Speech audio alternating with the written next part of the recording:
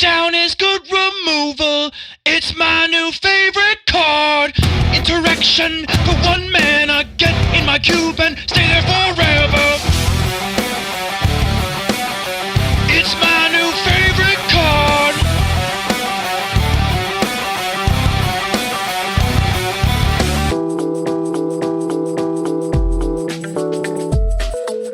Okay, sit down. Go relax. Get out of the way. We're making a podcast. Daddy and other daddy are making art over here. Hello and welcome to Lucky Paper Radio. I am your host, Andy. I'm here, as always, with my co-host, Anthony. No rares in his sealed decks, Maddox? No, I got talked into putting the rares in my sealed deck, and I think it honestly was a mistake. I ended up losing a bunch of games to Mana Screw and just having, big rares that died to removal. Okay, so that's just... That results-oriented. bias, You're going to accuse me of some results-oriented thinking. Yeah. I think that my no rares deck was actually pretty solid. It had a good curve. It had lots of stuff to do. But, you and Daniel convinced me that I should play this wonky thing with the rares that I didn't actually have payoffs or support for or enough. It was weird. You were like, I don't have spells for my blue Defiler. And it's like, Yes. You just have a giant flyer. That's It's good. a giant, but I literally had like 1 blue permanent unless I wanted to play some really, really stinky cards.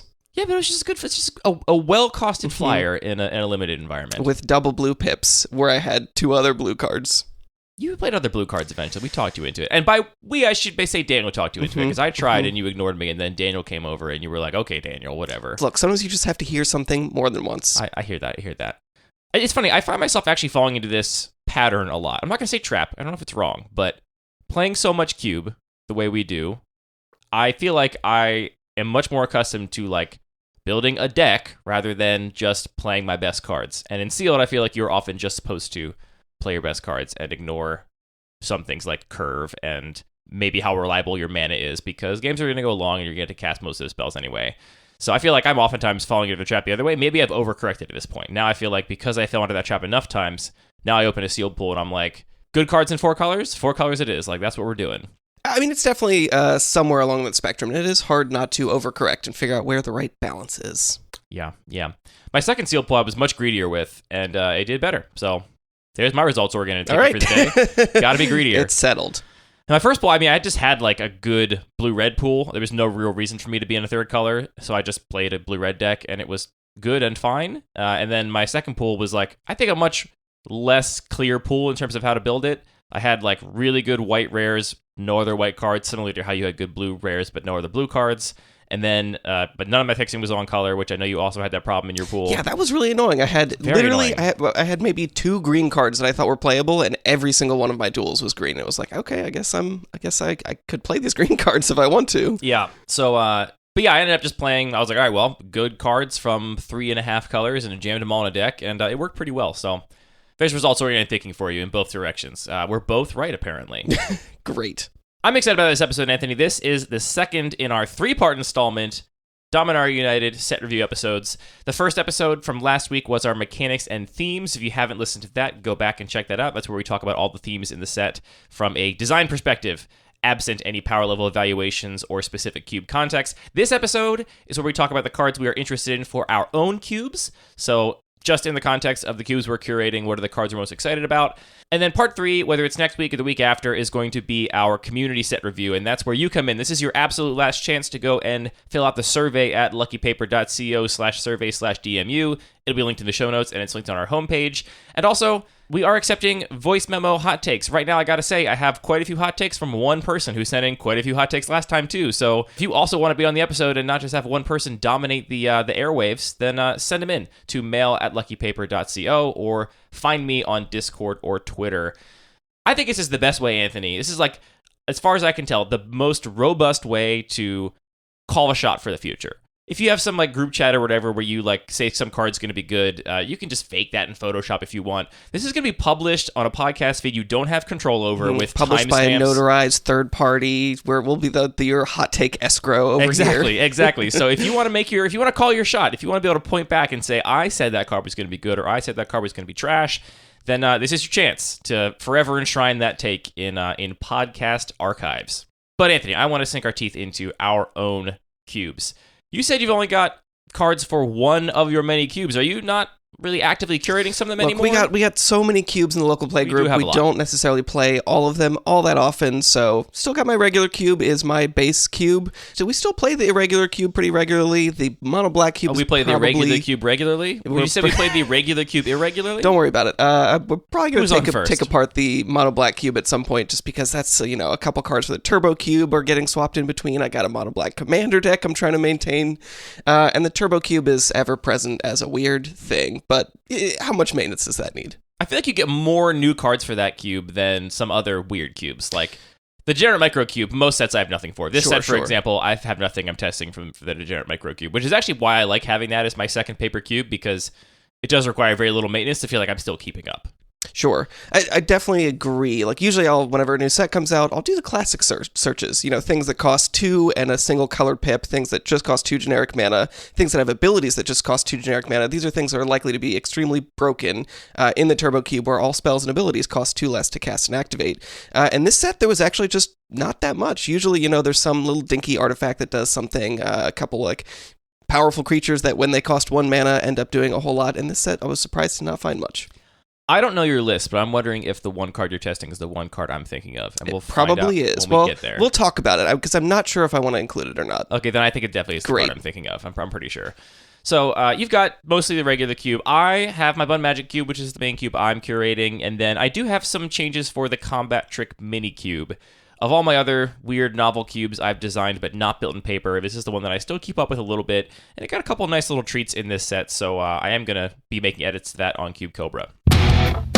You said you got a bunch of cards. Let me start with the Bun Magic cube, then you can do your big run of the regular cube, and then we'll end on our little side cubes, our Sounds side great. pieces. All right, first up is my Bun Magic cube. For those that don't know, this is I've been calling it an Eternal environment, Anthony. It's technically a vintage cube because I play like Gitaxian Pro, but it's not powered. It plays a lot more like a legacy environment, and it's really about optimizing for fair magic. So all the decks in this cube play on the tempo value axis. I want you winning through combat. I want you winning with creatures. There's no combos, nothing like that. It's really about just like drafting an aggro mid-range or control deck with a couple of different parameters. Very low curving, lots of removal, lots of other interaction, and playing some of the most powerful cards in Magic's history. I have 5 cards that I am putting in the cube for sure for testing. And then I have some honorable mentions, though, that are cards that I'm like kind of keeping my eye on. I'm not positive I'm going to test them, but I have maybe high hopes they could possibly be playable. Looking to hear some field reports from people that are playtesting them, or maybe just I open one in a pack and then I can test it without needing to go seek it out. So starting with my honorable mentions, the first one is Serra Paragon. This is, I think, a card that a lot of cube designers are excited about if you're playing at a high power level. It is 2 white for a 3/4 creature angel. It's got flying, and once during each of your turns, you may play a land from your graveyard or cast a permanent spell with mana value 3 or less from your graveyard. If you do, it gains when this permanent is put into a graveyard from the battlefield, exile it, and you gain 2 life. Poor Sun Titan. Poor Sun Titan. Poor Sun Titan used to be this, but it costs 6 mana. You gotta pay the mana for this thing. That's true. That's and true. it doesn't happen automatically. I don't compare this to Sun Titan at all. To me, Sun Titan is like either a ramp payoff or maybe a control finisher. This I see as like aggro top end or more consistently like a really good mid-range card. The card I think this is closer to is actually Luris. Luris obviously having the companion text is its defining feature, I think, in a lot of ways. I'm not sure people would be so excited to put Luris in their cubes if it didn't have that companion text. But a 4 mana 3/4 flyer is a very good rate, and then on top of it, you get this ability to play a cheap permanent spell or land from your graveyard each turn. I think it's got some memory issues the way that it's built. You just have to kind of remember if that was a permanent you played from your graveyard, and then when it goes somewhere else, exile it and gain 2 life. There's no counter on it or anything. I don't think that'll be a problem in my environment because the boards tend to be pretty small. I don't have a lot of games in big board stalls and big complicated boards where you're not going to remember where each permanent came from. But that is something to note about the card. Yeah, that is funny. We used to always see designs where it's like, oh, put a corpse counter on it or something else that didn't really have mechanical meaning. Maybe even if that counter left, the ability would still be there, but it would be a reminder. But, I mean, just because it doesn't say that, you can still put a dice on your card and make sure you remember with that. Yeah, you definitely could. The card I'm actually comparing this to, so as I've said on the show before, I don't like to think of my cube as having like slots that I'm filling, right? I avoid making like-for-like changes unless it really makes sense for whatever reason, but when it comes to cards that are higher up on the mana value scale, and 4 is definitely a high mana value card for my environment, I do feel like I have limited space for those kinds of cards because they are just not as flexible or playable as cheaper mana value cards. So the card I'm really comparing this to is Restoration Angel.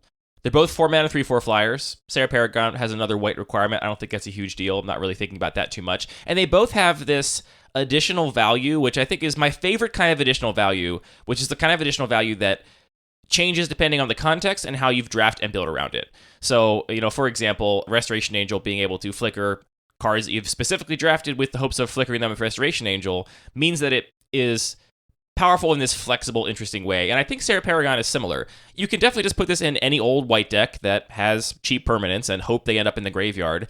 But you can also play it in a deck with, cards like Deadweight or Seal of Fire or, any of the Spell Bombs or things that very reliably put permanents in your graveyard. Mishra's Bauble, I think, is a great card with Serra Paragon because it allows you to play Serra Paragon on 4, still get that value immediately by playing a 0 mana value permanent, and just kind of go from there. So I do think that both these cards pay you off for sort of drafting around them and building around them, and will have different play patterns depending on the game state, which is exactly where I like my power level to be. The thing that keeps Serra Paragon in the honorable mentions maybe category instead of something I'm definitely going to be testing, aside from the fact that it's pretty expensive, is I love the flash on Restoration Angel, and I have found, especially in combination with Wandering Emperor and Collective Company and a couple other cards in my cube right now that are instant speed, 4 mana threats, it's really nice to be able to have that flash on Restoration Angel. And I actually think that that card plays very solidly as a control finisher in my cube, even if you're never expecting to really flicker anything. Maybe your cube doesn't even have cheap creatures that you're going to be expecting to flicker with Restoration Angel. It's just there as a card that says, I'm a 3/4 flyer you can play if you didn't have to cast your counterspell or removal spell. That's a very powerful line of text. So I see Serra Paragon as much more proactive. It's, I want this in a mid-range deck more than I want it in a control deck, and probably a similar power level overall. I'm curious to see if people discover this as totally broken or has a more fun or interesting play patterns than I'm expecting, but that's kind of where I'm at on it. How do you feel about that exile clause? Do you think that is just like a nerf you don't like and you'd rather be able to just cycle things, or do you think that's actually a feature that it forces you to use it a little bit differently every turn?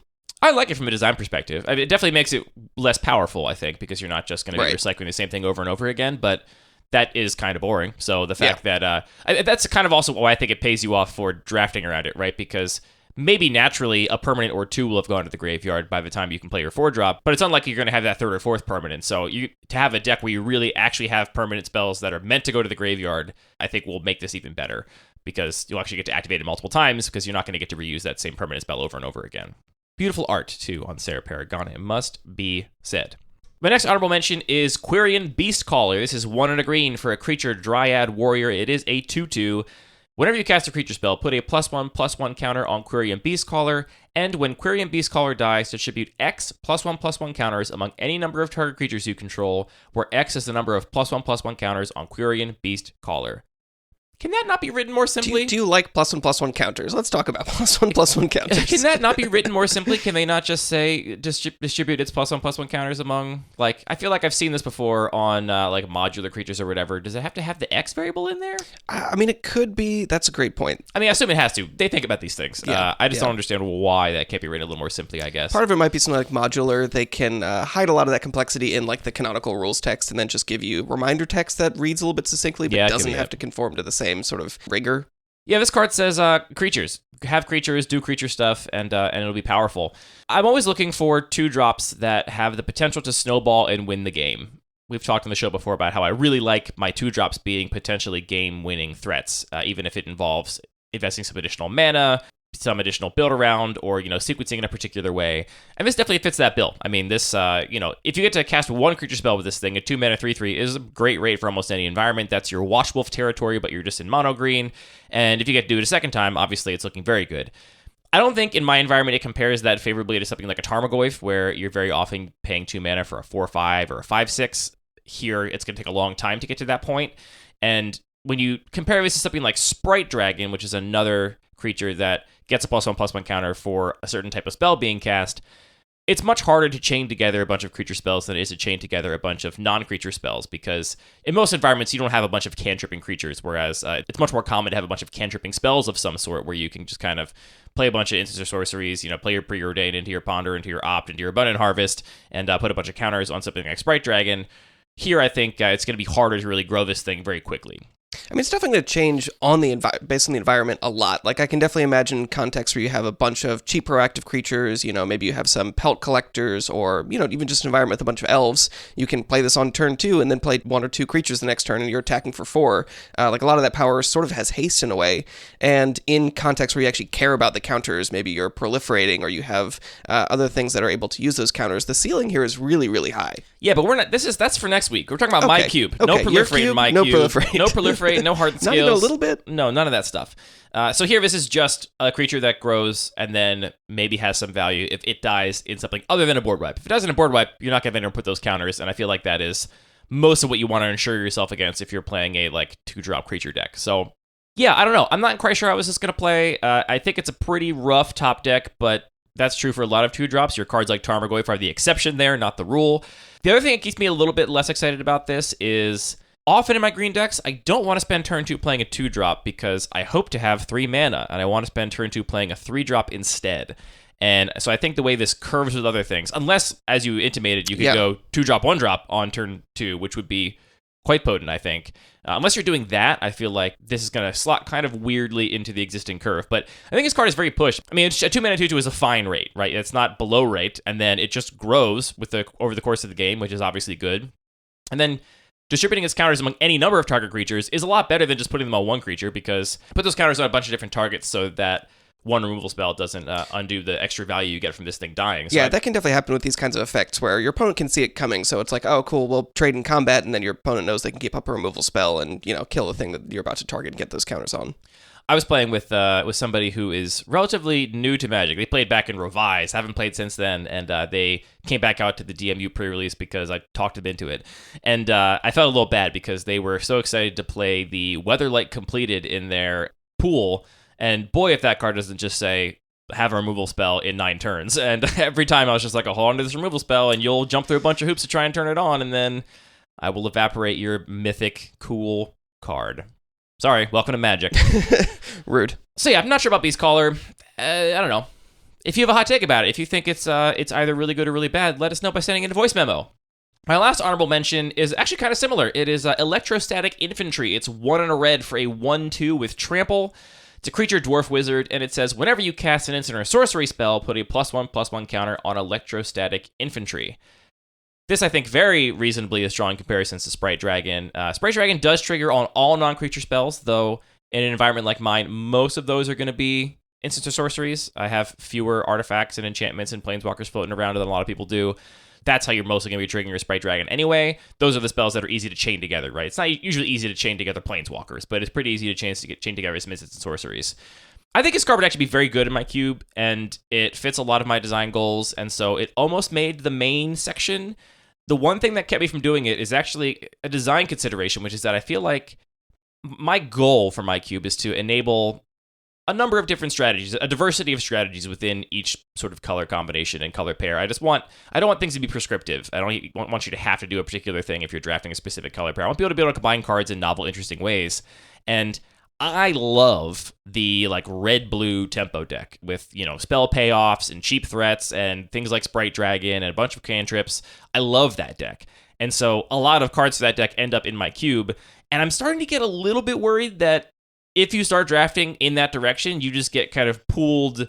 You just can't help but getting pulled into playing that more prescriptive deck because there aren't many other options for ways you can go because you have your Dreadhorde Arcanist, you have your Sprite Dragon, you have your Pyromancer, you have all these cantrips, you have all these cheap burn spells. I feel like that deck is the most opinionated deck in my environment right now. And so I'm a little cautious of that because I think maybe swapping out another one of my generic, or more flexible red 2-drops that also is perfectly happy in a mid-range deck or an aggro deck for this card is just going to continue to push me down that road, and I'm not sure I want to do that. Yeah, that's a great point. I feel like often the question about sort of archetypes or themes is focused around, well, is this too powerful or is this undersupported or whatever? But really, another thing that is critical is just how much do you want to see things? What's the volume and what's the sort of draft experience of how easily you slide into multiple different types of strategies versus just this one really loud main theme. Those are really important considerations as well. Just watching drafts recently and doing my own simulated drafts on Cube Cobra, I've just felt like that deck it's pulling a little hard right now, and I want there to be more options so that you can draft that deck, but you don't have to draft that deck if you are playing blue-red. That's one of the things where like I just have to check my own personal preference. Obviously, my cube is a lot of my personal preferences, but I love that deck so much. It's so easy for me to add cards for that deck because I love them, but I don't want that to be the only thing that's really viable in that color combination. So that's where I'm at on that card. I think the card's really good, though. Really good, really powerful if you do support that deck. That brings me to the 5 cards I'm actually testing, and I do have these ordered, so we're going to start with the one I am maybe least excited about and work up to the one I am most excited about. And the one I'm least excited about, but actually putting in my cube, is a perfect segue from our previous conversation, Anthony, because it's Radha's Firebrand. This is 1 in a red for a creature human warrior. When it attacks, target creature defending player controls with power less than Radha's Firebrand's power can't block this turn. And it has Domain for 5 in a red. It gets +2/+2 until end of turn, and this ability costs 1 less to activate for each basic land type among lands you control. Activate only once each turn. So it's got the kind of like Root Walla ability, but, costs it a little differently. I think it's just a very pushed aggro creature here. We're talking about a 2-mana 3/1s tend to be okay, but their big liability is that they trade down so often. If your opponent can't block with a Saproling token or whatever, it's kind of not great. So I'm on cards like Rimrock Knight, which has that additional value of coming with a combat trick stapled to it. But other than that, I can tend to shy away from them. Firebrand, though, I think with that upside of blanking a blocker on every attack, I mean, I think in most games in my cube, if your opponent has any creatures, one of them is going to have 1 or 2 power, just because I do have such a low curve. Blanking a blocker on every attack, this kind of almost reads like a Banisher Priest, if you only care about attacking, that is a 2-mana 3/1. You just get to blank your opponent's blocker every single turn, make it irrelevant. That's kind of like removing the thing as far as that aggressive red deck is concerned. We talked in our mechanics and themes episode about how I don't love the motivations Domain introduces to a draft, and the only place where I do kind of like it is on aggressive cards like this, because I think this card very naturally slots into a mono red deck or a, very efficient 2-color aggro deck. Maybe it's like, 75% 1 color kind of splashing the second color. If someone can figure out a way to put this card into a like 4 or 5 color deck and make it work, I'd be happy with that, because I feel like that deck so naturally leans towards big greedy spells and just kind of playing a bunch of gold removal and like 4 and 5 drops, that if you can make this 2-drop that's really aggressive good in that deck, then I'll be happy with that, as opposed to feeling like it's pushing in the wrong directions. Yeah, I think that comparison to Banisher Priest is pretty interesting, and one of the things you've talked about why you don't like those kinds of effects is they kind of don't really function as a creature. A lot of times you play it, and then it just sort of sits back and can die to removal, and you lose to that, but it just is like an enchantment, essentially. Whereas this actually forcing you to attack to be relevant is a totally different card that does a similar role while also making your deck play in a proactive way. So I like that comparison. I'm really curious about that Domain ability. I feel like in your environment, you do have a very powerful mana fixing, but it's all shock lands. So I'm not sure you're in a situation where you're going to play mono red and then just play a couple fetch lands and a couple shock lands. I don't think that's really going to happen. I never see that happening, especially with how important life totals are in my environment. Right. I think if I was on Triomes, I think this card would be significantly, perhaps more powerful. Man, Triomes are so silly. They are a little silly. They're not my favorite cards, but so I'm not on Triomes, so that's irrelevant to this conversation. But yeah, so I think that card's going to be quite potent, and I do like that it's more flexibly powerful than something like Electrostatic Infantry, which has to go in a deck with a lot of instants and sorceries to be good. This is probably still pretty good in that deck, but it's also going to be really good in your green-red mid-range deck or whatever. The green-red mid-range deck is where I'm most excited about this, because I feel like you can actually reasonably threaten that activation on attack, which is going to be relevant. And here I think it's worth knowing, this is a good example of threat of activation being very relevant. I think, at least in my environment, there aren't very many creatures that have the ability to grow themselves in a threat of activation style way. It's kind of like your Figure of Destiny and Warden of the First Tree, and I can't think of any other creature off the top of my head in my cube that does that. So here, basically saying like, yeah, sure, if you are, I mean, I guess Seasoned Hallowblade and like its ilk are kind of similar in a slightly different way. But basically being able to say, if I attack and you want to block with your 2/2, I can just spend my mana to draw and cast a removal spell on your 2/2, basically. It's an option you're likely to not want to give your opponent if they're attacking with the Firebrand.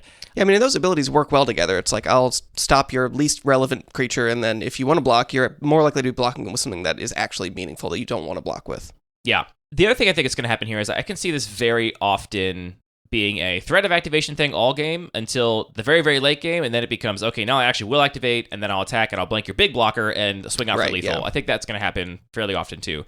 I'd be remiss not to mention at least Earthshaker Kenra in comparison to this card. That has very similar abilities. It's a 2-mana 2/1 with haste that when it enters the battlefield, target creature can't, with power equal than or less than it can't block this turn. And then it has Eternalize for 4 red. I see people comparing this card. Which one's better? I don't know which one's better. I think they're similar mechanically, but they play somewhat different roles in that, haste is very different from a card having to sit around to get to attack to get value.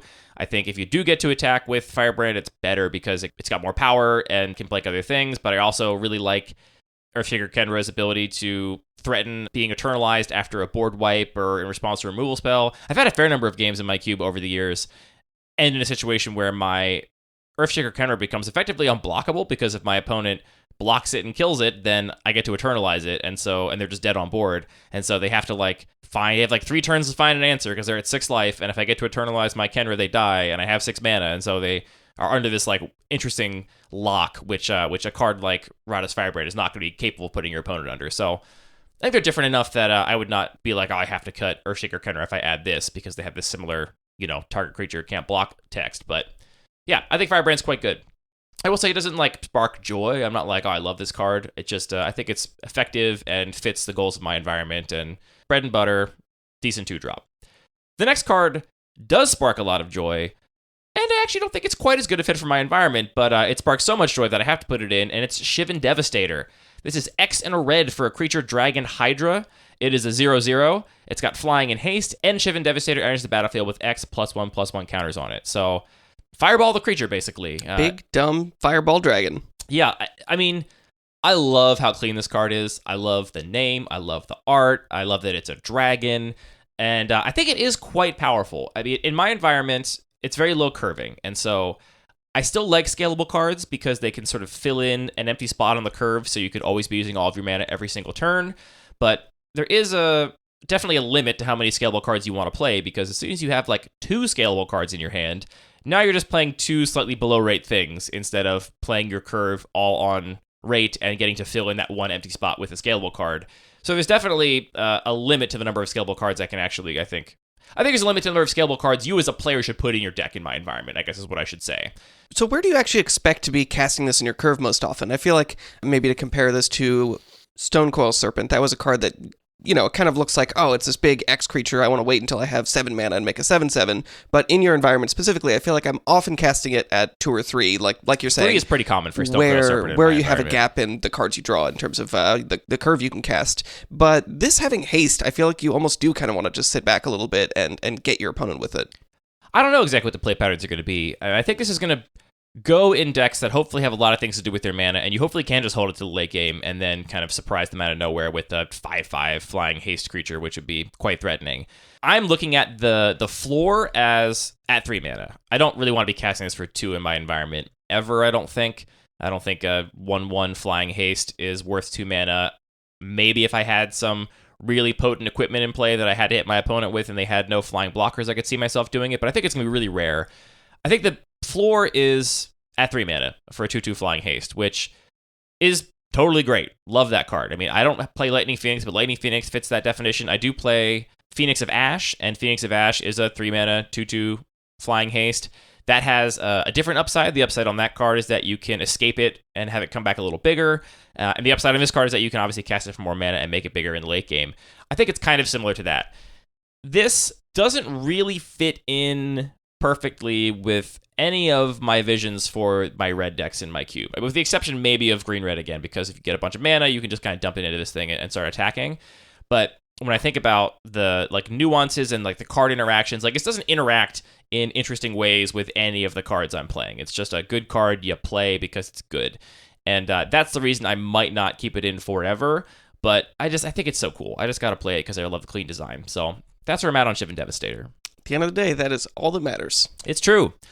The card I'm third most excited about from Dominaria United is Evolved Sleeper. It's 1 black mana for a creature human. It is a 1/1. It has 3 activated abilities. This is a card in the spirit of a Figure of Destiny style card where you can basically grow it over time with these different levels. The first level is 1 black mana to become a 2/2. It's got some type changes that don't matter in my environment. The second level is 1 and a black for it to become a 3/3 and get Death Touch. And then the third level, like a Warden of the First Tree, is a level you can activate as many times as you want. It's 1 black, and it allows you to put a +1/+1 counter on the card, draw a card, and lose a life. So you have to activate those in order. You can't, jump right to that third level. You have to go through them sequentially. Unless, of course, you have abilities to change the creature type of it. I guess theoretically you could do that. I love the play patterns of cards like this. These, I think, are similar to scalable cards in that, it's going to be a little below rate at every point in the curve to have paid the amount of mana you paid to get the creature you get out of this card, but Student of Warfare, Figure of Destiny, Warden of the First Tree, these are all cards I really love playing with, and I love them because they give you options for what to do with your mana based on the board state.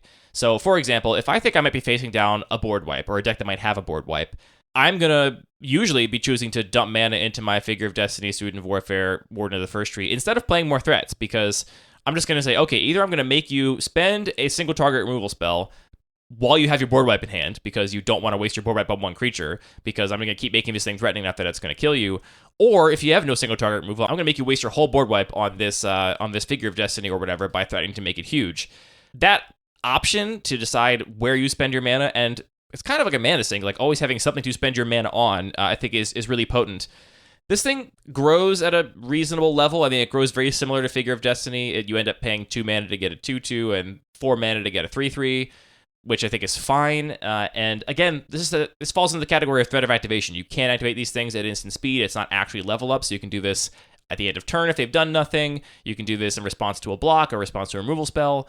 I think it's just the play patterns of this card are something I really like, and I'm glad to have one in mono black. Yes, that was actually my question was, I get how Figure of Destiny plays in your environment, but how does that ability function in mono black where maybe things are a little bit less aggressive? Is it more just about having an instant speed mana sink? I think it's part of it for sure. I think Figure of Destiny is not inherently good in aggressive decks necessarily. It's just that it happens to be in very aggressive colors and a 1-drop in my cube, so it gets played in aggressive decks. But I think you're perfectly happy to play a Evolved Sleeper in, let's say, a blue-black tempo deck where you have Knight of the Ebon Legion. That's another card with a threat of activation on it, actually, now that I think about it. You have Knight of the Ebon Legion, you have Evolved Sleeper, you have your Dark Confidants or whatever, some Delve threats, and it allows you to have cheap threats in play to be pressuring their life total, hold up interaction like counter magic or removal. Then if you don't need to actually counter remove things, you can level up your Evolved Sleeper and just make it bigger and continue to grow this threat as the game progresses. I think it's very flexible. I don't think these kind of cards are prescriptive in terms of what decks they belong in. Probably not going to be looking to put it in a hard control deck, but that's true of any 1-drop creature. That's true of any cheap creature that's not Snapcaster Mage, basically. So that's where I'm at on Evolved Sleeper. I think that card's going to be quite good, and it's exactly... I've been cutting the dedicated aggressive black 1-drops from my queue, but I'm down to, I think, none, basically. I think I pretty much cut all of the black 1-drops that you really only want in a super aggressive deck, and I'm really excited to get another black 1-drop that I think is playable on power level in my environment and is not dedicated to being purely aggressive. And it's just a very cool, flavorful card, too.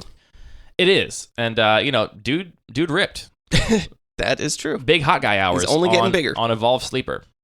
All right, 2 cards left. The card I am second most excited about is Guardian of New Benalia. It's 1 and a white for a creature human soldier. It is a 2/2. It's got Enlist, which we talked about on our mechanics episode, and it has whenever Guardian of New Benalia enlists a creature, scry 2, and it has discard a card. Guardian of New Benalia gains indestructible until end of turn and tap it. That's a lot going on. It's a lot of rules text, and I think just have to compare this to Seasoned Hallowblade, which... I feel like, is it weird to say it's like Seasoned Hallowblade plus Smuggler's Copter mushed together? That's the other card I was going to mention. So, first the Seasoned Hallowblade comparison. Seasoned Hallowblade is a card that when it was first spoiled, I was like, seems okay, but compared to Adanto Vanguard, I think it's much worse, and am I really going to want to spend a card to save my 3/1? That seems like a really steep cost compared to the 4 life. I've been an aggressive deck or whatever. And as time has gone on, I think I've said on the show before that I now think Seasoned Hallowblade, at least in my environment, is substantially better than Adanto Vanguard. I don't think it's particularly close. Vanguard, you only want in an aggressive deck, and even then, sometimes the 4 life is as steep a cost as a card, if not steeper, because the life totals in my environment do really matter. Seasoned Hallowblade blocks so much better. The threat of activation, I think, is somehow more real. I feel like with Adanto Vanguard, people are like, okay, I'll block, and if you lose 4 life, I feel okay in that trade, where they feel less okay if you got to discard an extra land card that was floating around your hand or something. That's not objective or in any way, but it's felt that way to me. That threat of activation is just very real, and the fact that you get to get a discard outlet in white and get a 3 power blocker for 2 mana that can basically stonewall your aggro opponent. Like, Seasoned Hallowblade is great against aggro. Dauntless Vanguard is not great against aggro. And in any kind of mirror situation, you'd also rather have Seasoned Hallowblade. So I'm really high on Seasoned Hallowblade. It's one of my favorite 2-drops in my cube. And this is very similar. It's just a 2-2 instead of being a 3-1, but it has the exact same discard a card to make it indestructible ability. So we have to compare 3-1 power and toughness, which on a baseline, I think is a lot better given that discard to gain indestructible ability, obviously. The lower toughness is not as relevant because the whole point of this card is that you are threatening to make it indestructible with any interaction in combat or exposure to a removal spell. So the toughness doesn't really matter when that ability is tacked onto it. So I think the 3-1 in that sense is much, much better than the 2-2. We have Enlist on this card, which is a mechanic I was not initially very high on. The more I've played it, the more I think it is quite potent. And especially on a card like this, right? Because of the discard to make it indestructible ability, you get to enlist a decent-sized creature and attack with the 5-2 or something, and your opponent's going to have to do something. They're going to have to block. They're going to have to do something in response to this. They can't ignore you attacking with a 5 or 6 powered indestructible creature every single turn. They could just lose. They could That's do that. An option. That is an option. You always have the option to lose. What really puts this card over the edge for me, I think, is the Scry 2. And I think Smuggler's Copter is a perfect comparison. Smuggler's Copter is a cracked card. It's really, really good, and it's partially good because it's a 2-mana 3/3 flyer, essentially. But the bigger reason I think it's good is that when you're staring down a Smuggler's Copter against an aggro deck, the really rough thing, like you might eventually find a removal for the 3/3 or whatever. Maybe that's a slightly improved clock over not having Smuggler's Copter. But the really scary thing to me is knowing that they are not gonna start drawing air. They're just going to continue to curve out and play things that they need, and they're not going to hit a patch of just nothing but lands because they're getting this constant card selection. Not card advantage, but card selection. And I think Scry 2 is very similar to looting, roughly, in terms of card selection. Obviously, it doesn't fill the graveyard for Delve. It doesn't do all the other kind of interactions, but in terms of pure how much am I drawing the cards I want versus drawing cards I don't want, I think Scry 2 and looting are very, very similar territory, close enough it's really hard to determine which one is better. And so I think that Scry 2 is very valuable on this card and has me very excited about it. I think this could be better than Seasoned Hallowblade in my environment, and I'm excited to play with it a little bit to see how it feels. I could see that. I mean, it is a relevant difference that both of these abilities, both the Enlist and the Scry, they only work on attacks, so you're not going to be able to pump this up and make it into a big blocker. That is true. It is a worse blocker than definitely Seasoned going to, and a worse blocker than Smuggler's Copter, so it's definitely going to be more dedicated to proactive decks. Yeah. It is still an indestructible 2/2 on blocks if you need it to be. That's true. Which is not as good as Seasoned Hallowblade, but still probably better than your average, otherwise aggressive 2-drop in a white deck. Better against Saproings, which is, my bar. Well, it's not as good as Lumark Aspirant. It's probably not as good as Thalia. She's got First Strike. What are the 2-drops? I can't even think of other 2-drops in my cube. Anyway, I think that card's very promising. The art's cool. I love that stained glass motif, so I'm into it. If you know me, it's no surprise what my number one card from this set is. It's the card I'm most excited about by a wide margin. Can't really imagine myself cutting this card in the near future unless my cube design goals change dramatically or some other significant disruption happens to my environment, and that's Cut Down. 1 black mana for an instant, destroy target creature with total power and toughness 5 or less. It's clean. It's got great art. It's cheap removal. It's instant speed.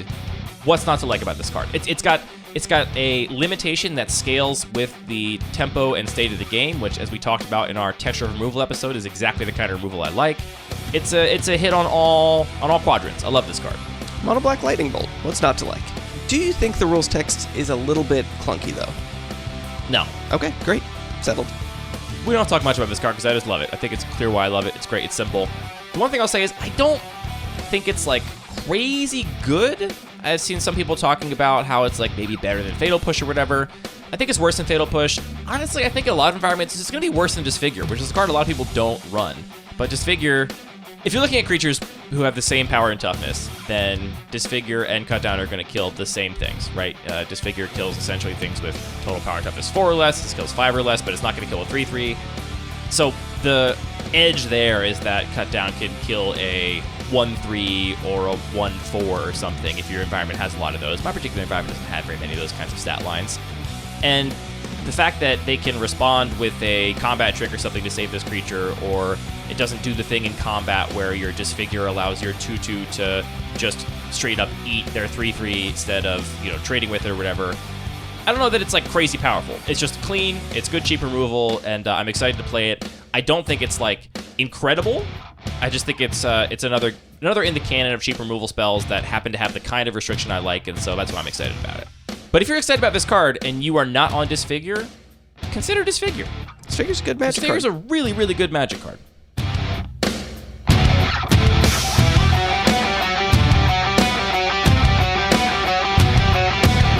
Anthony, I've blabbered on for so long.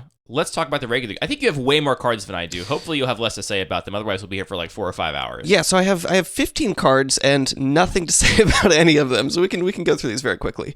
We're talking about my regular cube, which is a very low-powered cube. It plays a lot like Limited or a Master Set. It's about creatures and curving out. It does have a couple little patches of synergy.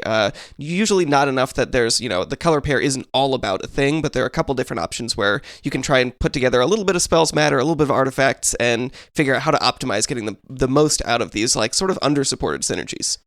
You say a very low-powered cube, but I think it's maybe a little misleading. It's less powerful than your Vintage or Legacy cubes, but I think it's probably comparable, more powerful than the average Power Max Peasant cube, and it's like... That's probably true. It's more powerful, I think, than a Master Set. Obviously you can have some Master Set drafts where you get broken rares and mythics that are not in your cube, but as a baseline, I think the average deck is going to be better and more consistent than in Ultimate Masters or Time Spiral 2 or whatever. Yeah, I mean, I'm saying that because I used to say it's like a middle-powered level cube, and then people will, talk about, oh, I'm making this low-powered cube, and play these, like, insane rares that would be completely busted in this environment. So just ignore maybe those people. it's a logarithmic scale. It's medium on that logarithmic power scale. I would say it's like a regular powered cube. It's a regular cube. It's just a normal cube. There's no gimmicks, no restrictions, no rarity limits. It's just a regular cube.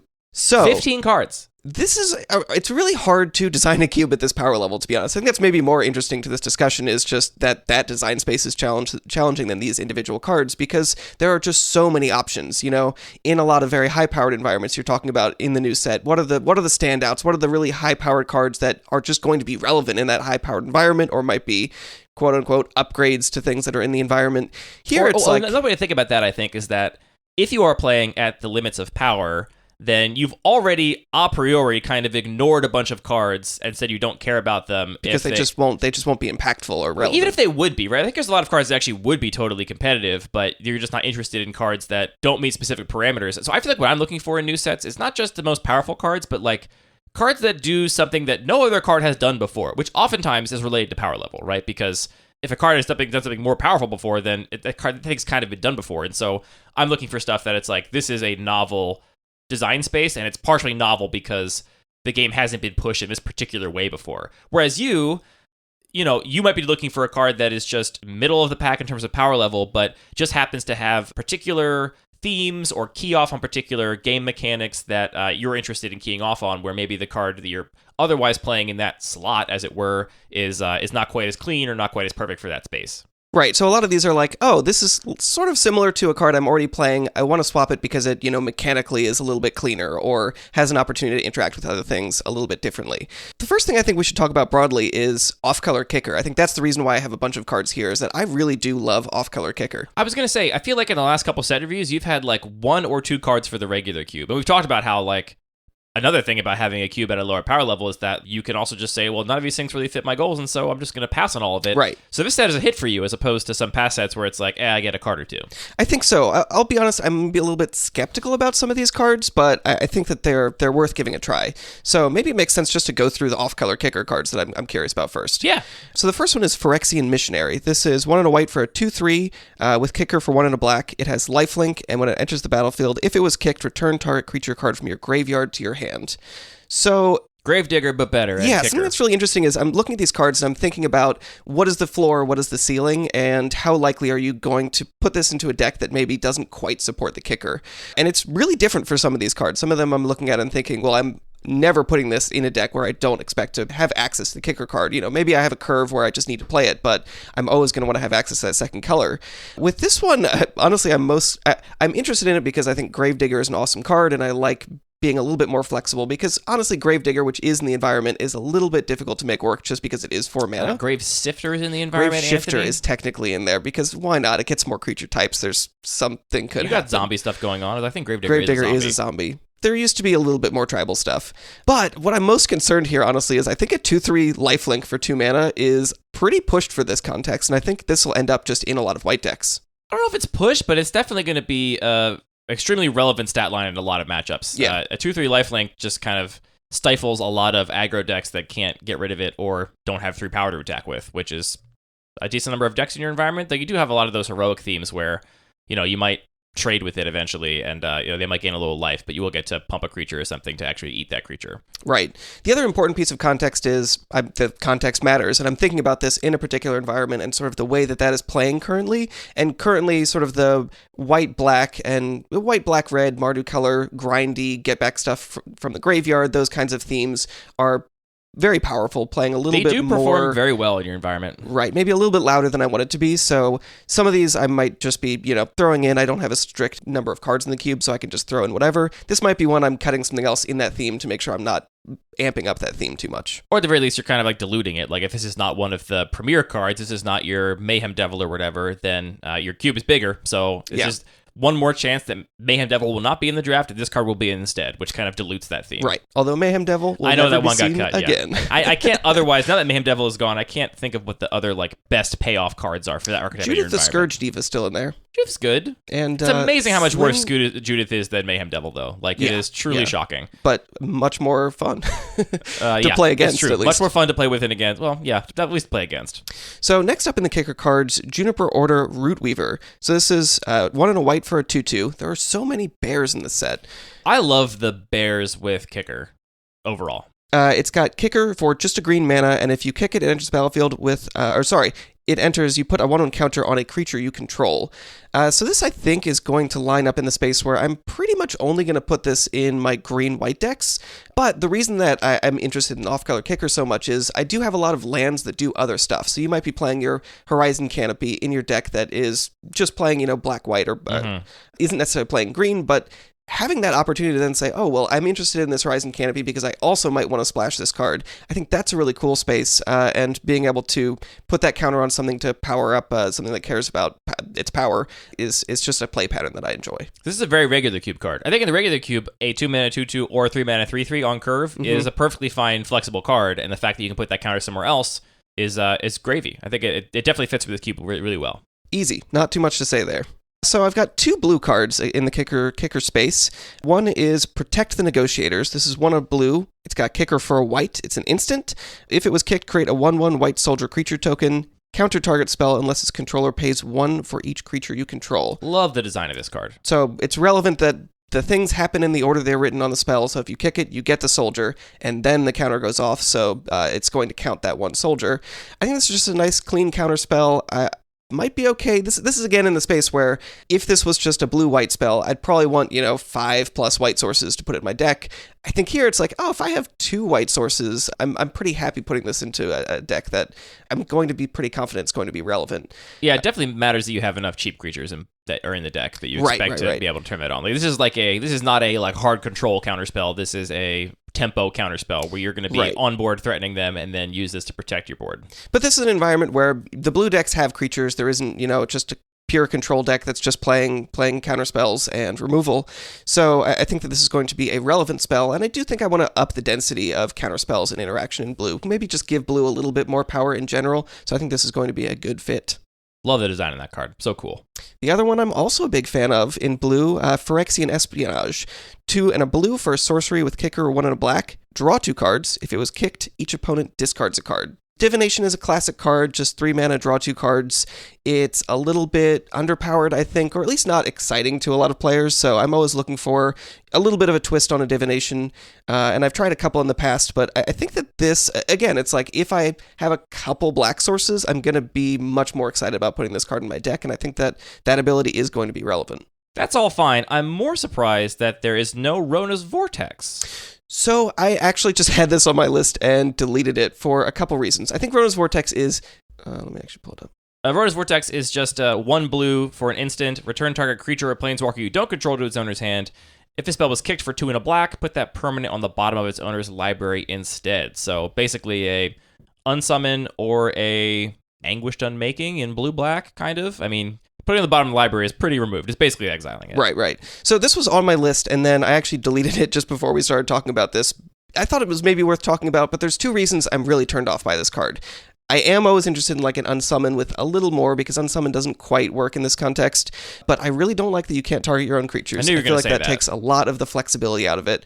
And I just putting on the bottom of the library it's just clunkier. Like it just logistically, I don't want to pick it up. I don't know. It just isn't. Okay, as that one's a tidy little to me. sussy. I mean, I understand that not wanting, like, being able to target your own stuff would be a really cool upside on this. Not wanting to put it on the bottom of your own. Like, what's that all I mean, about? it's such a marginal difference, but again, when we're talking about a cube at this power level, we have so many choices. Even just like in the space of unsummon with a little bit of extra, there are like 5 different options. So I can be picky, and I'm going to be. Fair enough. The thing about unsummon though is that I'm not sure unsummon is not good enough on its own. It's that it's kind of contextual. Unsummon in some matchups is incredible. So like you might think of unsummon as like a sideboard card, but if that's the case, you're not gonna take a sideboard card highly. This is a situation where if you're blue-black, this card is just great. It's fantastic removal. Yeah, I think that this is one that would fall on the end of the spectrum of, I want to put this in a blue-black deck, and sometimes I will cast the front half, but I'm expecting to kick it most of the time. I'm saying even if I wasn't blue-black, I could see just the blue half in another blue deck being very relevant out of a sideboard or in some circumstances. True. Either way, your reasons are your own. It's your cube. I was just surprised. I thought that would be in here. So moving on to the kicker cards in black, we have Aggressive Sabotage. I mean, these are all just following the same pattern of like, here's a classic card with a little bit of a kicker, and it just works for me. 2 and a black for a sorcery, it has kicker for a red. Target player discards 2 cards. If it was kicked, deal 3 damage to that player. So similarly, I've tried a bunch of these Mind Rot variants that have some extra ability, and I think kicker is just a lot cleaner than the other ones that I've tried. So I'm excited to be swapping this in. Notably, people don't usually play the Mind Rot variant in my cube, but I think I'd like them to. Like, the card I think is relevant, and I know I got kicked with it last 2 weeks ago. Next up, we have Balduvian Atrocity. This is a creature, 2 and a black for a 2/3 with kicker for a red. It has Menace, a keyword that I love. When it enters the battlefield, if it was kicked, return target creature card with mana value 3 or less from your graveyard to the battlefield. It gains haste, and sacrifice it at the beginning of the next end step. I think this is a nice little package. I like Menace. Similarly, I think that this is one that I'm definitely going to be putting just in decks where I'm expecting to kick it, because 3 mana, 2/3 Menace is not great. I am a little bit concerned again that just this is working in themes that are maybe a little bit over-supported currently, so I might be looking for cuts in that similar space just to keep things a little bit balanced. I like this one a lot. I like this one more than the 2/3 lifelinker from a play pattern perspective, certainly. Yeah. Menace, better than lifelink. I also just, my personal preference is always for ending the game sooner rather than making it longer. And this is like the same kind of thing, but instead of like getting a creature back for value and getting some lifelink, you get a good attacking ability and you get to bash somebody with one thing really quickly. It's like a tempo card rather than a value card. For sure. Although it can generate a lot of value. There are a lot of creatures in this environment with enter the battlefield abilities, so even if you're not just getting in and attacking with it, you can still generate some value. Moving on to red. For the kicker cards, the first one is Ghitu Amplifier. This is 1 and a red for a 1/2 with kicker, 2 and a blue. When it enters the battlefield, if it was kicked, return target creature an opponent controls to its owner's hand. And I think this is the more relevant ability. Whenever you cast instant sorcery, Ghitu Amplifier gets +2/+0 until end of turn. Mwah. Perfect. Beautiful. So this is something that I expect the second ability to be more relevant. I want to just put this into decks that are doing sort of spells matter stuff, and those are often going to be blue decks as well, or have some amount of blue in them, so the kicker, a late game opportunity to bounce something, is just going to be potent. It's a really cool mixture between a like glass cannony card like a Kiln Fiend and a like more valuable, like flexible Mana War modal card. Yeah, and that's exactly why I'm excited about it, because there is a little bit of a spells matter theme, but I think currently it's a little undersupported, or at least undervalued or underappreciated. And I think that is because a lot of the payoffs are very much glass cannon. So we have things like Dragonauts that is a flyer, it gets 2 power whenever you cast instant or sorcery, but it costs 3 mana, it's in 2 colors. It's hard to get players to put that in their deck, whereas I think just the baseline stats of this and the ceiling of it are just much higher. So I think that this is going to get people to maybe be more willing to explore that theme. Is it hard to get people to put it in their deck, or is it hard to get them to draft that deck? Because I would always jam Dragonauts in my blue-red spells deck, no question. I'm like really excited about that. I don't ever end up in that deck in your environment either, to be fair. Maybe I'm one of these players that is part of the problem. That's a great question. I mean, it is really difficult, and we don't have good data because, well, maybe that's unfair to say. Like, the data we have is what our playgroup does, and that is what's relevant. It's not actually that important what, if we gave this to, the time-traveling supercomputer, what would be the optimal decks. But I don't know. That's just a weird thing about cube design, that you're working with this biased information. What I really like about Ghitu Amplifier is that a lot of the modal cards are just like, you really want to be casting them for the kicked mode. You want, like, that's the better way of casting it. And the other one is kind of like a fallback. Like, you don't hit your mana or whatever. You could always cast it for the front side.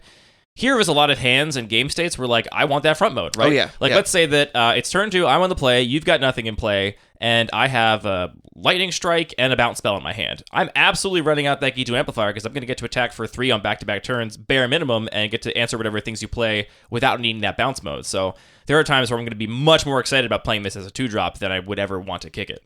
Yeah, and I think I like that, just thinking about the tempo of games and keeping the opportunity for decks to be proactive and games to move. I like the cheaper mode being the main mode for a lot of these, if that's possible. I don't know if it's the main mode, but sometimes I will definitely want the main mode. Okay, fair.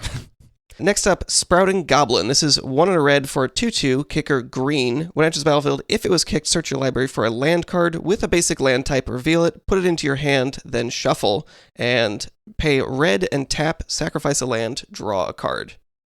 This is just a neat little package. It fixes your mana a little bit. It seems like it's fixing your mana in red, which is weird, but it's not because you have to pay the green to make it work. But I also just really like that rummage ability. It potentially fuels Delve. It just gets rid of excess lands if you're in the late game and you're running out of stuff to do. So cool little goblin. In green, I just have 1 kicker card, which is Elvish Hydromancer. This is 2 and a green for a 3/2 with kicker 3 and a blue, so it's a big 7 mana to get that kicker. When it enters the battlefield, though, if it was kicked, create a token that's a copy of target creature you control. This one's maybe a little bit less, doesn't fit the vibe as much of the regular cube, I think, but I think it's a pretty cool ability. I'm definitely expecting to put this into decks that are going to cast it for the kicker spell as a big payoff, but I appreciate that just is such an expensive cost that there are definitely going to be games where you just need to run this out to be able to block and defend yourself. So I'm sort of thinking of this as a blue-green card, but I think it's kind of cool. The upside is obviously very high, and there's potential for a lot of interesting interactions. I'm sorry to keep doing this, but I'm surprised no Vineshaper Prodigy and no Yavimaya Iconoclast, the other 2 green kicker cards that came to mind immediately for me for this environment. I mean, here's the thing, is that so many of these cards would be perfect fits. I mean, maybe I should just try them all. But really, I think the other force there is a lot of these, again, I am thinking of, like, that is going to be a gold card. I might even just put it in the gold section of the cube. And I am trying to not be too greedy and just put too many gold cards in the environment and keep it balanced with more monocolored cards. So I think it's more just, I'm afraid to put that many gold cards in. Not that any of these individual cards would be inappropriate. Fair.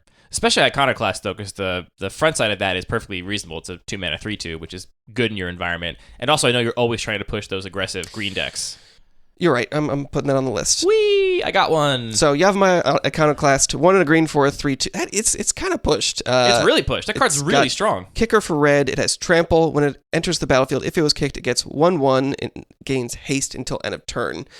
But yeah, I mean, I am trying to make green a little bit more proactive, and that's definitely the identity it feels like for green in your environment. I feel like originally the regular cube had some more big green stuff, and either you didn't like the play patterns of it, or you thought it was a little bit too powerful, and so we ended up going more towards the like aggressive green stuff. And this aggressive green white deck, this aggressive green red deck, and that just feels like it fits perfectly in there to me.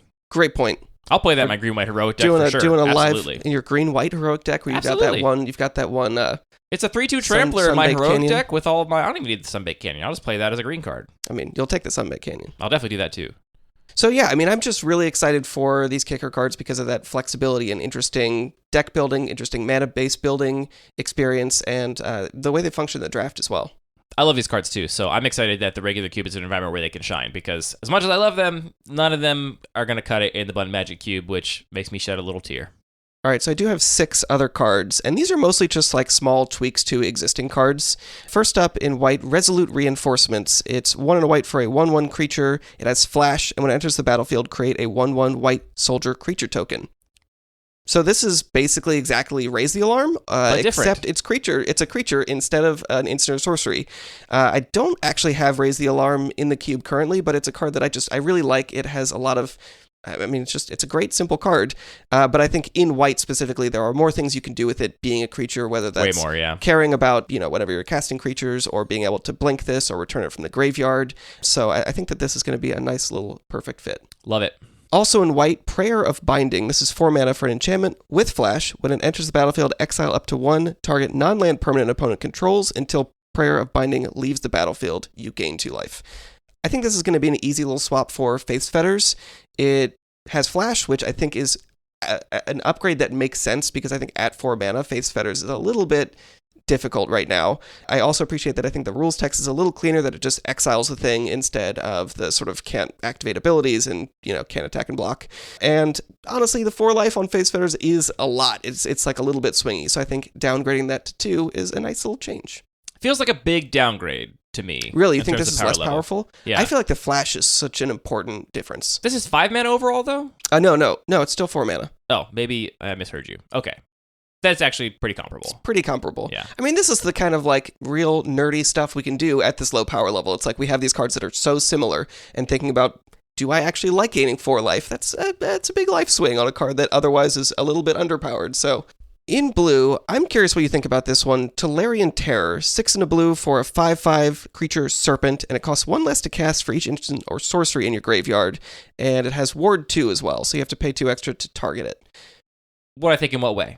So my thought is, word on the street is blue is a little bit underpowered in this environment. It functions kind of just as a support color and doesn't really bring its own threats, to which I say, have you tried drafting Future Sight? But regardless, I'm a little bit, again, interested in sort of supporting that spells matter a little bit more and possibly giving a different kind of threat to blue. I think it fits that bill. I think as far as like spells matter payoffs go, this is the kind of spells matter payoff I'm like, well, I was going to say it's the kind of spells matter payoff I'm like least interested in, but then like I love Murktide Region, and this is just kind of like Murktide Region at home a little bit. Mm-hmm. I mean, it's very much at home, and that doesn't have flying. It's comfortable. And it's a relaxed. 5/5 instead of an 8/8, and probably costs more mana most of the time.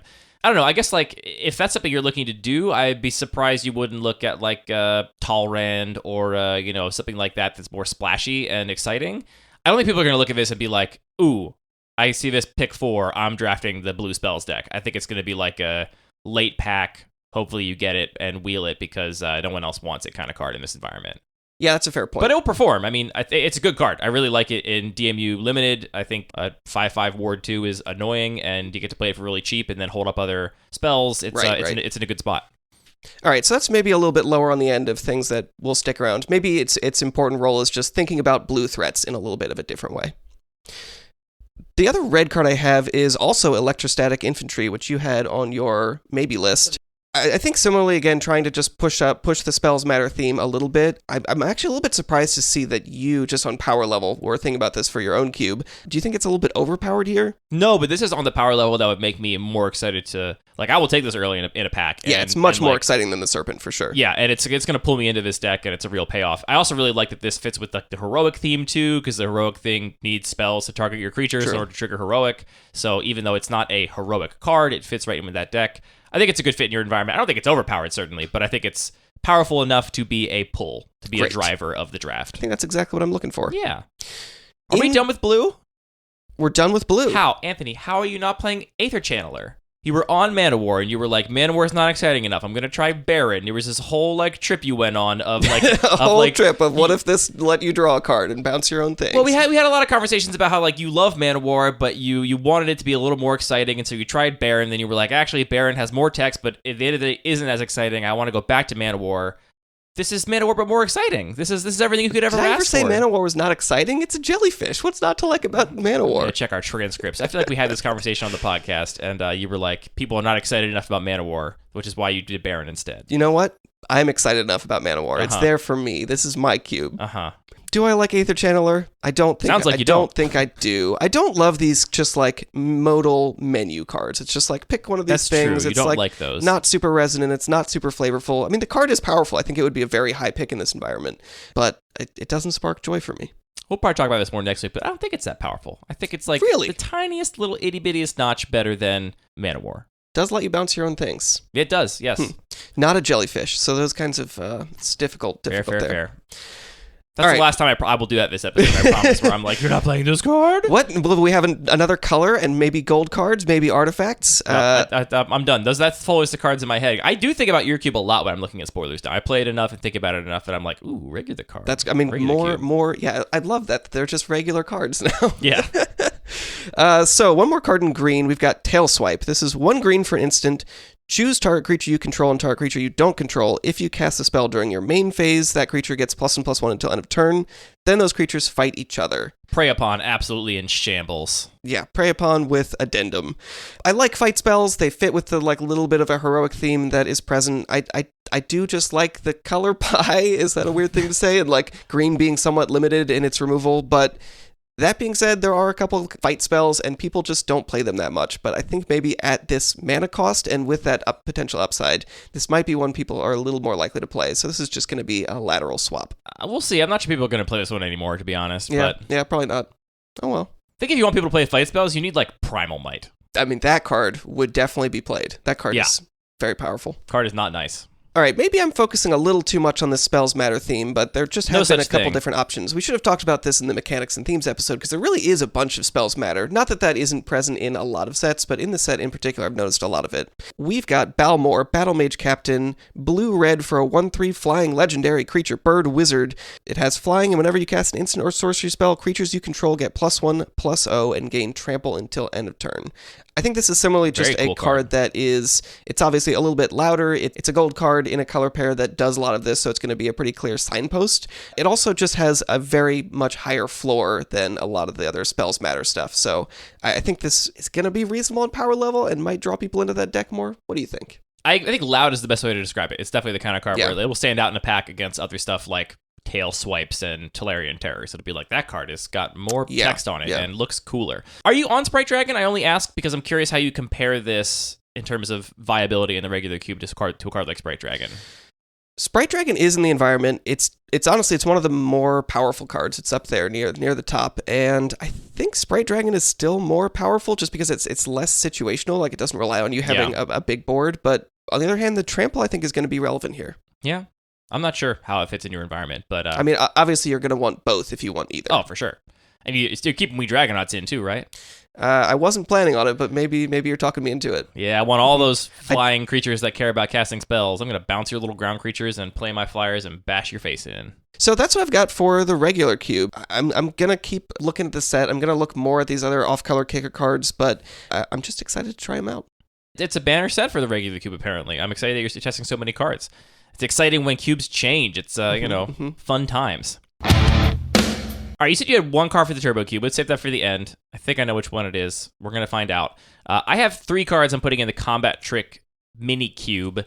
This is an environment that is built around combat tricks. It is also very low curving. It's called a Mini Cube because the decks are slightly smaller. It's a 24-card deck, which means that build-arounds are a little bit easier to build around.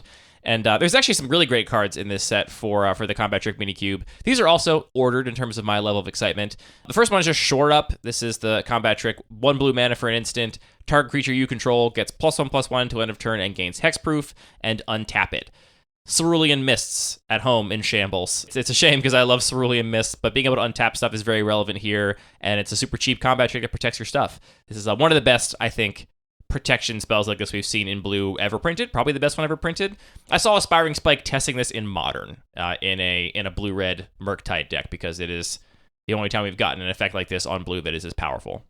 The untap is interesting because we've seen this before with things like Dive Down and obviously in green there's a bunch of these kinds of protection effects, but the untap in this particular environment I think just lets you play with your combat tricks in a different way and play a more defensive game, which I think is cool. Yeah. Then Electrostatic Infantry, obviously Windmill Slam in the combat trick environment. Multi-format all-star. Yeah, it's great. And then the card I'm most excited about, again, it's cut down and it's not close. It's cheap interaction, but importantly in this environment, I don't like unconditional interaction because the whole point is to try to make combat tricks viable, and if you're just sitting there holding your Snuff out or whatever, then you just let your opponent play their combat tricks and blow them out. This is a removal spell that can be answered by a combat trick. You can turn this off. I love the disfigures and ulcerates in this kind of environment, and this fits the exact same bill where it's going to be this kind of game of chicken where it's like, I think you have combat tricks, I have my cut down. I need you to spend those combat tricks first so I can respond with my cut down instead of vice versa. Otherwise, this is going to be a blowout for me. Yeah, I mean, does that go too far in the direction of being just totally horrible against combat tricks?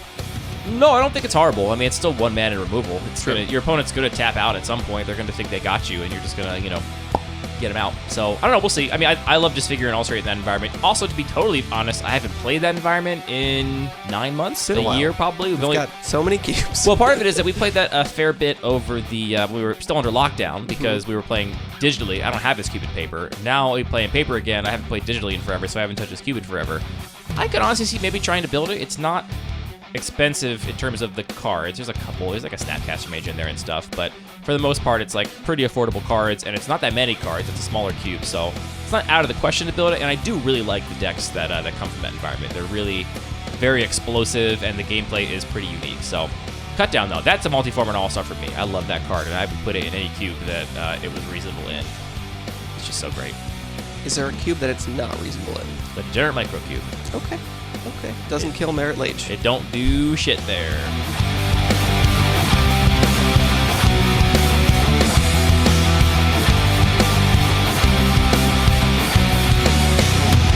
All right, Anthony.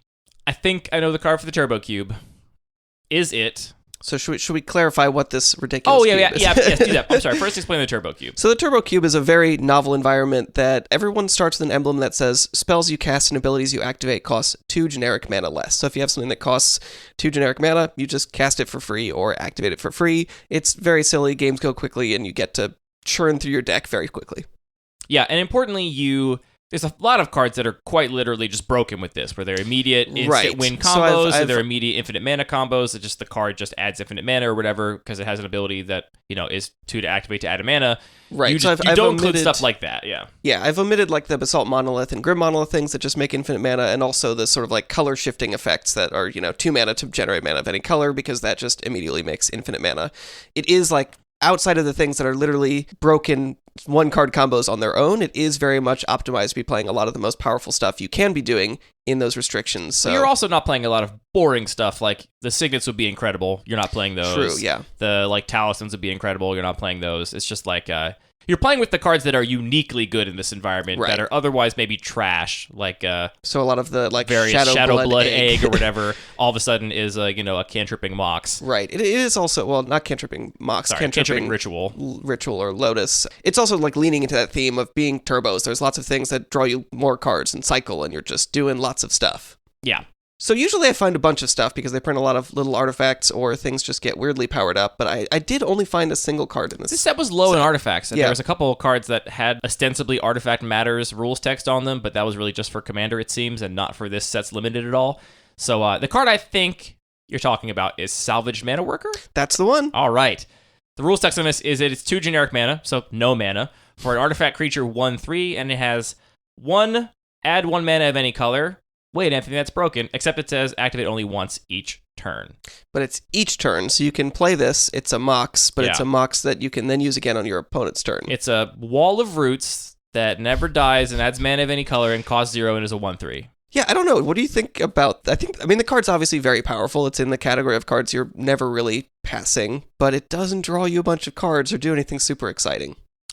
It might be in the hard to pass tier of Turbo Cube, but it's definitely below a lot of the other stuff. Yeah. Like, I'll take any egg over this, any Guild Globe, any Terrarian. Maybe not Terrarian. That one comes into play tapped. That always makes me sad, even though it's really powerful. Yeah, I think it's definitely good. Is it too good? Does this just let you, no, it's not too good. Turn 1, play something, then have a counterspell up next turn? He's already a million ways to do that. Okay. No, I don't think it's too good. I do like the fact that it's kind of like a Mox, but it doesn't tap, and so you can just use it on both turns. You can use it when it has Summoning Sickness. I think it's cool. I think it's worth trying. All right, maybe we'll cut Terrarian for it. Yeah, it's such a bummer that it comes into play tapped. The games are like 2 or 3 turns, so it's like the card is tapped for half the game. That's a really fun way to look at it. It's kind of a bummer. All right, thus concludes our personal cube editions for Dominaria United. We want to hear what you're testing in your cubes in 2 different ways. If you want to fill out our survey at luckypaper.co/survey/DMU, that will allow us to include your answers in our upcoming set perspective, which we do for every set for cube designers. So make sure you get those answers in. And then also, get your hot takes in. Send me a fun little voice memo of you saying a card is trash, a card is cool, a card is bad, a card has good art, terrible art. We just want to include multiple voices in our set review episode, and you send those voice memos in, I can edit them into the show. So let us know what you're interested in from the set, and we will share it with the world. Yeah, and importantly, the cube survey is not a measure of what the most powerful, what the best quote-unquote cube cards is. It's really just about what the community is interested in. So It's this episode, but for your cube. Right, exactly. So if you're like, well, my cube is a little off the beaten path, it's got some weird restriction, still submit the survey. We want to know. There's like, one way to think about it is there's a bunch of cards that still no one is testing, and I feel like that's just information that we're missing. We want to know why you're playing these weird cards. Yeah, I mean, without fail, once every set we get somebody that's like, oh, my cube is weird, do you still care? And it's like, yes. Yes. We always care. In fact, we care a little more if your cube is weird. We don't need another person that's like, I'm playing cut down. We have enough of those kinds of people. Well, I'm actually wondering, I haven't looked at the preliminary results of the survey. I feel like a card's not going to be as high up as I would want it to be, is my gut feeling. I think you are looking at the preliminary results right now, maybe. I'm looking. The results are available to me. No spoilers. Tune in for the set review next week or the week after. What do you guess the top 3 cards are? What do I guess the top 3 cards are right now? I think Serra Paragon's maybe up there. Okay. I don't know. I think Serra Paragon is the one that jumps out to me as like a card that I feel like a lot of cube designers are going to be thrilled about. I don't think Shivan Devastators can be exciting to most people. They don't love... Scalable cards never perform as well as I expect them to. I don't think Guardian of New Benalias can perform that well because I think people still, frankly, are sleeping on Seasoned Hallowblade, and so they're not going to be excited about that. I'm having a hard time thinking of other cards from the set because I'm just looking at my own list. I think you're going to be shocked by these results. Shocked? Shocked. Not a pun. I mean, are a lot of people excited about Children? I don't think so.